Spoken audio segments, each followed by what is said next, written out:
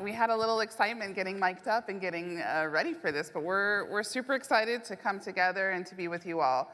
My name is Limon Romero. I am the Assistant Managing Editor for Sports at the Los Angeles Times. It's a very fancy title for sports editor. I run the sports department.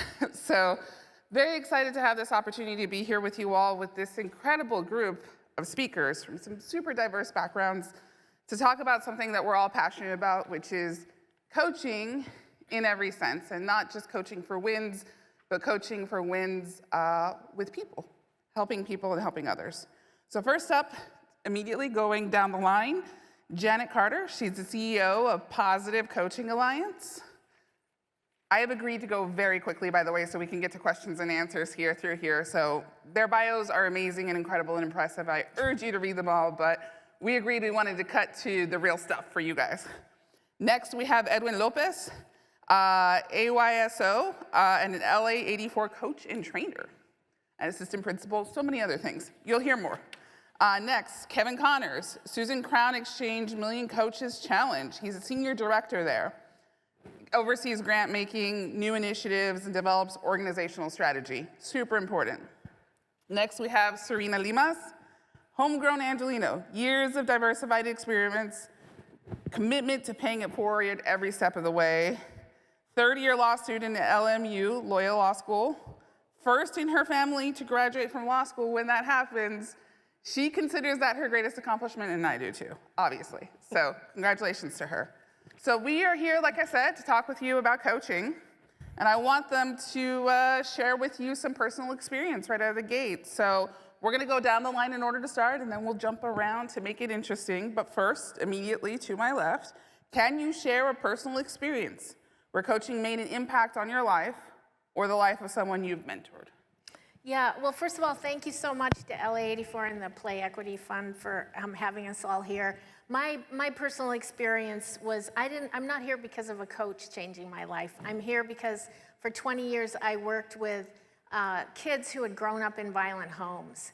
And when I asked adults what got you through, who had grown up in violent homes, what got you through, what helped you survive, so many of them, all of them practically said, it was a caring, consistent adult outside of my home who believed in me and who helped me believe in myself. And when I asked them who that was, so many of them said, it was my coach. And later on, when we did a poll of men in this country to get them to be allies in this work with us, we asked them, where did you learn your values? And so many of them said, my coach. And that's why I feel so lucky to be here because to join all of you in helping coaches understand the power that they have for the next generation. Thank you, LA84, for giving me the opportunity to be here. So one of the things that I definitely want to share is the fact that my coach gave me some good advice. Growing up in South LA and growing up where I lived, there was a lot of influence of gangs. So my teacher, who's also a coach, said to me, you know, you want to get away, you don't want to get picked on, you don't want to get recruited, you want to get a pass, join every sport that you can. So that means that in the neighborhood, a lot of the so-called gangsters were giving the athletes a pass because we were representing that school and the neighborhood.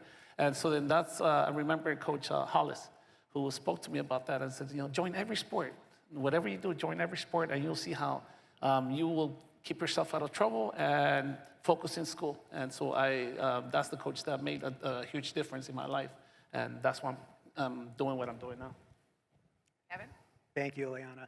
You know, of course, there were several coaches throughout my life who shaped me into who I am today, but I really think about this question and think about the players who shaped me from when I was a coach. In my mid-20s, I was vaulted into a head varsity baseball coaching position that I was certainly not ready for, not qualified for, but there was a need and I stepped into that. And I remember showing up to the beginning of that season with my players, expecting a level of commitment that I didn't always see in the classroom as a teacher, but that I assumed would be there as a coach because my kids were coming out for the team. They were voting with their feet that they wanted to be on the diamond, but that wasn't necessarily the reality. I had players who were talented on the field who began to kind of disengage with my coaching. And I remember talking to a friend who was also coaching during that period, and he asked me a really simple question about one of my players named Jeremy. And he said, "Do you know why Jeremy plays? Do you know why Jeremy plays baseball?" And I couldn't answer that question. And so the next day I went back, Jeremy and I took a walk around the diamond while everyone else was doing some stretching, and we started over. And I asked him about his story, why he plays, learned a lot about his family, and started to rebuild that relationship. And it was just one of those moments that changed me. It was an insight about knowing every athlete's story, about taking the time to build that relationship. And it's something that still stays with me today. So growing up, I had the opportunity to play travel ball, which everybody in this room knows is expensive. And so my coach, being from East LA, wanted to give back and put together a team. And so he paid for everything, the tournaments, the jerseys, the shoes, the duffel bags. However, this man was so verbally abusive to us. And I know that, a lot of people in this room know what I'm talking about, that over competitiveness, and it just really put a damper on my self-esteem. And so having that experience, I knew the exact kind of coach I never wanted to be and the feelings that I never wanted to cause my players to have. And so being that coach for them, I coached for maybe like about 3 years, and then I was recognized by Coaching Corps as a Coach of the Year.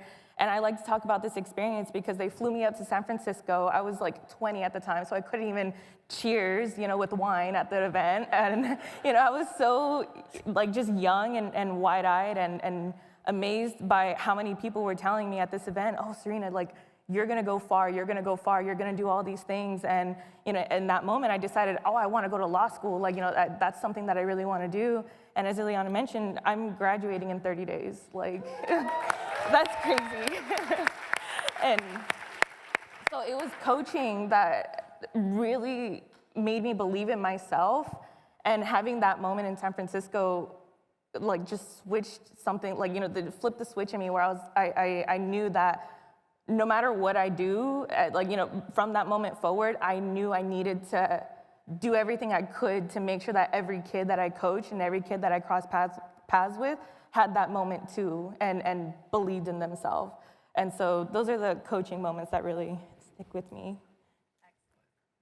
Great answers to start. So I promised to keep our panelists on their toes. We're going to jump around. The next one, I'm going to start with Edwin and then come back this way to Janet and then swing back around. Just because I think your background specifically speak to this question, but in what ways do you believe coaching has evolved in recent years to address changing needs and challenges faced by today's youth? So I think from your background and also yours, just the changing needs. So I'm going to piggyback on your answer. The fact that when you start as a coach, you start raw, and you want to mimic sometimes the coach, whether you want to be that coach or you don't want to stay away from that type of coaching. And I really think that as coaches, and I've evolved to the point that now I'm coaching. I've coached girls before and boys, but to the point that making those connections. And now as I'm getting older, more wise, I would say. Sometimes my 2011 girls soccer team thinks that I'm just a kid when I'm around them, right? But it's interesting because it's an evolution as coaches. We have to evolve. We have to stay up with the times. We have to be able to make those connections with our players, because those are the things that push you forward, and those are the things those intrinsic motivators, right? Those are the things that last the longest. A medal, getting a trophy, yes, that's short, and you could talk about them 20 years from now, but then it's the way that coach made you feel, the way that the teammates, right, and the parents. Because one of the things that I'm truly 100% believe is that kids a lot of times forget about the losses, forget about the wins, but then they will talk about who had the best snacks and what parent had the best snacks. So I really think that if you think about that, so as parents out there, you want to make sure that you bring the best snacks, because you will be part of those conversations amongst the teams. Snacks are key, universal, through the years, doesn't matter. Janet, you do see people who are more coming from places of trauma, coming from different challenges. So I guess if you can walk us through maybe your experience even compared to like 10 years ago, the challenges that that youth are facing today versus where they were before? Well, I think the COVID epidemic, I mean, we all know what happened to our young people during the epidemic, and that's why I think what you all do in this room is even more important today, because sports can give kids so much of what they need right now, given the recovery and of the learning loss and trauma and all of that. And I think the good news around evolution of youth sports is that when you look at today, there are more stories in the media about how youth sports is quote unquote broken, how win it all costs and pay to play and all of the barriers that are put into place for so many kids to be able to have access to a positive youth sports experience. There are more stories, and thanks to the work that all of you have been doing, I think people understand the power of a coach more. I think that the place where we need to evolve the most, though, is people are not aware of the sports equity gap. They're just not. And I think that's why this gathering is so important in the leadership of LA84 and the Play Equity Fund, because people are not aware that so many kids just don't have access. And I think that we've got to figure out ways to make that clear. I was talking to some donors the other day, and they said they were amazed that when I told them that over 50% of the kids in this country are qualified for free or reduced lunch. Like, if you're not proximate to the work, you don't understand that we have an urgent problem, and I think that's where we need to evolve next. Excellent answer, really thoughtful. Going to the rest of our panelists, any thoughts on this particular topic? Kevin, like how the needs of youth that you've worked with have changed? I think Janet outlined it really well, and especially during COVID and in response to that, there was a moment of really great promise because, you know, from my lens as a national funder, you know, we get to sit back, observe, try to connect dots, identify themes. And one of the things that we noticed was that the role of sports in helping our young people come back from COVID, heal from trauma and stress, was coming up more and more organically in national conversations around youth development. And it seemed like there was this moment. And in some ways that was promising, but on the other hand, there were more expectations than ever on coaches. I think an Aspen State of Play report from a couple years ago, you know, found that parents trust their child's coach more than any other adult to, you know, develop a sense of belonging, to teach them the skills to work together towards a common goal, to develop these really critical skills. But we also know there's also an enormous training gap and gap in supporting our coaches to help them feel confident to actually do those things. The National Coach Survey is another initiative we've supported along with Project Play and Nike and Ohio State University that really illuminated a lot of these pain points for coaches. They want to be there, want to teach these skills, but are saying, we need support. You know, we need wraparound supports. We need training and resources and mentorship. And so there's a lot of opportunity there. We see promise through initiatives like the Million Coaches Challenge, but certainly a long ways to go. Serena, anything you want to add to this particular topic? I mean, I'm sitting here thinking about the fact that last semester I wrote a paper I submitted to be published, but didn't get picked up for publication. Totally okay. There's other reasons why. But it was focused on what happens when young Latinos don't play sports. And like just reading it and diving into like the lack of protections when it comes to, you know, just the intersection of race and gender, I guess. And I, you know, was sitting there just kind of infuriated by how just there's no systems in place. And I thinking about the impact that would make if we pushed policy forward that protected our young Latinas, especially, like, you know, being here in LA and seeing this as like a microcosm of what's, you know, just happening in the greater, like, you know, just beyond here, I guess. And here we have so, like, you know, everybody in this room contributing to, you know, making sure that there's equal access. But, you know, there's other places in the country where they're just completely, you know, being forgotten about. And so I think, you know, having a coach out there that's just so attuned with what it means to coach somebody that, like, you know, they're looking at it from an intersectional approach and seeing them for who they are through and through and all the different things that they may go through. You know, it's one thing to say, oh yeah, I coach a basketball team, but it's, oh, I coach a basketball team that, you know, we have Latinos on the team, we have young Black girls on the team, we have, you know, and just all of these different things that make them who they are, and having like a coach that is conscious of those things and how they present themselves in the world, I guess.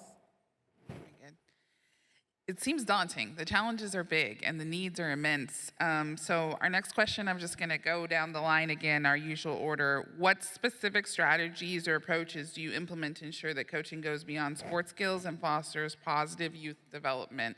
So I'm just curious, I think you sort of touched on for us already, but like, if you look at all the hurdles and all the barriers and all the obstacles that exist, it can feel like, what can I do? So I guess if you can help us with a little bit of insight on how people make a difference and how they can make sure that they're making that impact. Yeah.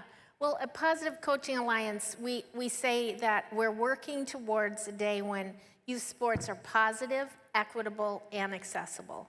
And the way that we do that is we train about 65,000 coaches a year, and so many people in this room are contributing to training coaches. That's really an important part of the strategy. And we work with schools and youth sports organizations around how to create a positive youth sports culture that actually reinforces the work of the coach to be coaching through a lens of equity and empathy. And we work with communities around the country to organize folks and to help sports equity agendas be defined by the community. So by community members primarily centering Black and brown voices in communities, low-income communities, bringing them together, sharing the data about what the sports equity gap looks like there that we collect, and have them come up with the agenda for their community. I just want to point out, if you have, I'm not going to go into detail, but Rob Marcus is here from PCA, and Reggie and Kayla. If you stand up, if people have more questions, they can ask my three colleagues. But I think that it's so important that we center Black and brown voices in sports equity work for community members to be able to define how to do this from the ground up. Sounds great. Your colleagues are on the front left over there. It looks like they're ready to answer your questions if you guys have any. All right, so Edwin, that same question. What obstacles do you see and how do you overcome that? Well, one of the biggest obstacles that I see is parent education. Educating the parents on the realm of sports, because a lot of the times, those who have access, those who don't have a lot of access. But then there's actually involving the parents and informing the parents, educating the parents that those resources are out there, and being able to take advantage of those things and take advantage of those opportunities. And that's where the gap, right, the equity gap is, and finding the balance between equity and equality, like some of the panels before us have spoken about. It's being able to provide parents with a voice, parents not only a voice for their own kids, but for the community that you're trying to build as a team. A good example, that I think of, the club now that I started with AYSO, we're moving into a club series, right? So having the parents be involved in all the decisions that are made within the team, and giving those parents an opportunity to voice those concerns. But more importantly, it's having the parents have those conversations with the players, so the players can bring those concerns up front and develop a sense of advocacy, because I really think that that's important. I'm always talking about the fact that I still live in South LA, and that's by choice, because I truly believe in my community, and I truly believe that in providing brown students or kids of color opportunities that otherwise they would not have. Really quick, we were checking in at a championship game up north. We were competing in the Western States. We were 45-3. We were in the finals. Our kids are checking in, and someone asked, I said, so where are you guys from? One of my players said, we're from South LA. And the answer, the reply, or the question was, oh, is that Compton? And right away, the advocacy, right, and being able to speak to that. One of the players says, no, Compton is its own city, we're LA. So maybe we could, after the game, we could definitely talk about, you understanding how the city of Compton is different from LA. And so then, and that was a topic of conversation even after the game. and how a lot of the times when you have students of color or players of color going into different neighborhoods, what they see. And so then that was a good time of a place of a conversation that we had as a team, as parents, as students, and as players. And so then they had a good opportunity to be advocates for their own community and to express, their concerns about things that they have seen. But it comes down to exposure. And yeah, so. All right. Kevin, same sort of question. Like, how do you make sure that the coaching goes beyond the sport and sort of really contributes to the goals that you talked about? I'll think about this from kind of two perspectives. Like, one is what's happening on the ground. Like, what can we do as coaches supporting our young athletes in schools, in competitive environments, and recreational environments. And we've learned so much from our partners at the Million Coaches Challenge, right? That's a national call to action to train 1 million coaches in social emotional development, trauma-informed work, positive youth development. And out of that, like, we've heard so many stories that really help get coaches back to the basics, like knowing your players' names, knowing their stories, the lesson I learned early on, taking time to seek their feedback. But one of the most powerful things that we learned was that just creating community among coaches was also incredibly transformational. So one of the pieces of feedback we heard about a training that a trio of national governing bodies were conducting was a quote from one of their coaches. And they shared afterwards in talking about supporting Gen Z and the generational differences. They said, I used to feel like I was on an island, but now I know that I'm not alone in trying to support younger generations. Like, that is an incredibly powerful notion that coaches can find community with each other, seek out that sort of collaboration, that sort of mentorship. And if we can think about fostering those types of experiences in like a coach development model and not just a training model with like-minded partners, there's all sorts of potential to support coaches at scale so that every child has access to a high-quality coach. Serena, same question to you. Can you repeat the question? I just want to make sure. Yeah, absolutely. So what specific strategies or approaches do you implement to ensure that coaching goes beyond sports skills and fosters positive youth development? So even from your perspective, what do you think works to carry this beyond just the game? So I always think about the people in my life that have said, if you ever need anything, you let me know. And like some of them, I reach out to them like, you said, if I ever need anything, but like, how do you build that relationship that they actually come to you and you ask the question, what can I do to support you? Because sometimes they just vent and I'm very guilty of this now as a mentor.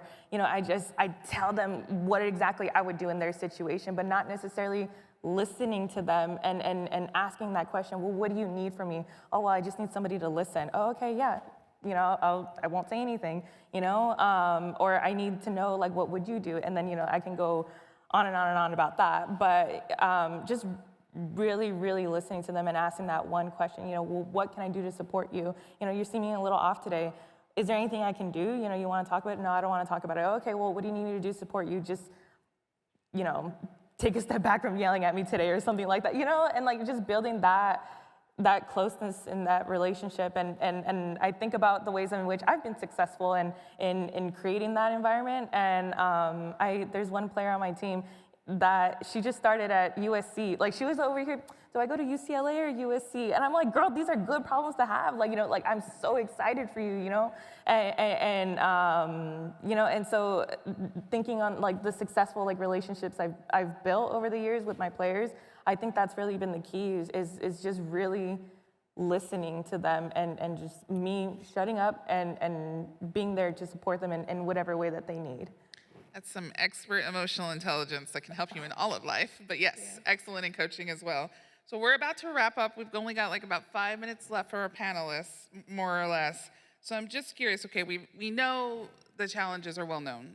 There's time, there's money, there's just demands that it seems overwhelming, the problems are hard, a lot of obstacles exist, but yet we want to build this pipeline of coaches. So what do you all see? How can we cultivate a pipeline of coaches who are not only skilled in their sport, but also equipped to support and empower youth in all aspects of their lives? And some of you are doing this as the day-to-day job, but some of you can sort of contribute of how you encourage others on a one-to-one level. So if we can just kind of go down the line, we can start at the end with Serena and come back this way. Well, I spent about 4 years in my undergrad recruiting coaches to coach in neighborhoods where they already had an existing sports program but didn't have that training care and coach to do that. And the obstacle I always ran into was, well, I don't have time. And I'm like, okay, like, how do and I feel like I'm a really good salesperson when it comes to coaching and when it comes to things that I'm passionate about. But I really do think that it comes down to targeting the people that like to tell the story, oh, I blew my knee out, so I couldn't go to D1 or whatever, targeting the people that were like really passionate about sports at some point and bringing them back into it somehow. I was one of those people that maybe I wasn't gonna go D1, but I tore my ACL my senior year of high school, and I was over here like so sad every single day about the fact that I wasn't on the court at all for a year and a half, and so that's how I got into coaching, and that brought me back, and I was like, oh, I'm just happy to be here, at the end of the day. And so just targeting these young athletes that are coming out of high school that didn't have the chance to go to college or didn't have the chance to play in college. They're in college now, didn't have the chance to play there. And then the people that don't go on to be, these like star athletes or whatever, targeting those people that love the sport but want to get back out there and want to continue contributing to the youth and our future, I guess. How does anybody say no to you? Come on. All right, Kevin, your approach. I think to some degree this came up earlier in conversations. Of course, as we're all aware in this room, there are just incredible structural inequities across the youth sports system. It's deregulated, it's decentralized. It has led to this enormous play equity gap, coach quality gap, and we have to solve for those. There's lots of barriers, there's lots of complications in trying to solve for those. But we need to, as a sector, come together and try to understand what are the infrastructure that we need to, think about coach recruitment and coach retention in a more intentional and systematic way, even with the Million Coaches Challenge. Once we train 1 million, what happens next? Once the collective 15 organizations does that, how do we ensure that has some sustainable and systematic impact? But beyond that piece from a systems lens, what I'm increasingly thinking about is how do we talk to parents and athletes? Out of the recent commission's report on the U.S. Olympic and Paralympic Committee, there was this call for a national conversation about coaching. And I think part of our default sometimes is to think about how do we have that conversation with the youth sports sector. I'm also really interested in how we have that conversation at home, at the kitchen table. How do we raise the status in the hearts and minds of parents and of young people about their experiences in the youth sports sector, and what's the strategies to do that sort of bottom-up approach as well? Fantastic. Edwin? I would definitely say mentorship, creating a community of coaches that could rely on one another. Mentorship for having seasoned coaches. Just now, this season, I recruited one of my former students who I coached in the 6th grade, who now I'm coaching her daughter, which, I'm aging myself, but, doesn't matter. But it's about that mentorship, being able to have that impact on other coaches and having that support system. Because as coaches, we give up a lot, right? And this is one, I don't want to say this, but I will say it, this is one of the reasons why I have my girlfriend here today, so that support, right? So then because a lot of times I'm away from home so much that those conversations do come up. But then it's about giving back and having also that support at home is really important, and having that mentor coach that you could talk to. Hey, did you go through this? Did you go through that? So I could always pick up the phone and call some of my mentors and talk about situations that I'm going through, so then they could guide me, and then I could, in fact, support my players the best way. Janet? At PCA, part of our sports equity work is to work with communities to recruit people to become coaches. So these are people often that have never coached before. And I'm just so proud of Serena, because she was one of the coaches that Coaching Corps, before the merger between PCA and Coaching Corps, she answered the call and became one of the coaches that we recruited. And she lifted the lives of hundreds of kids. And I just want to say that when we do this, it's really important to remember that the best coach is often a coach who has shared life experience with the kids.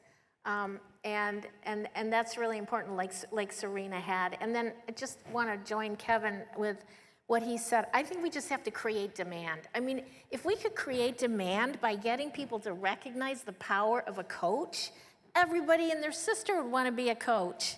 And that's what we need to do. We need, if it's parents, if we could get parents to know what a true power of a coach, the name of this panel is, they would want that for their kids. They would go to school and demand that. They would go and be coaches themselves. And so I think that is our future if we can figure out together how to do that. Well, it seems like the other really important step is showing up, which everyone here did, and all of our panelists did. So I thank you for letting us walk you through this conversation and for your individual investment of time, because it's not nothing, and it is a significant thing to invest in these conversations and lean in to hear more. So thank you to all of you. Thank you. Ready?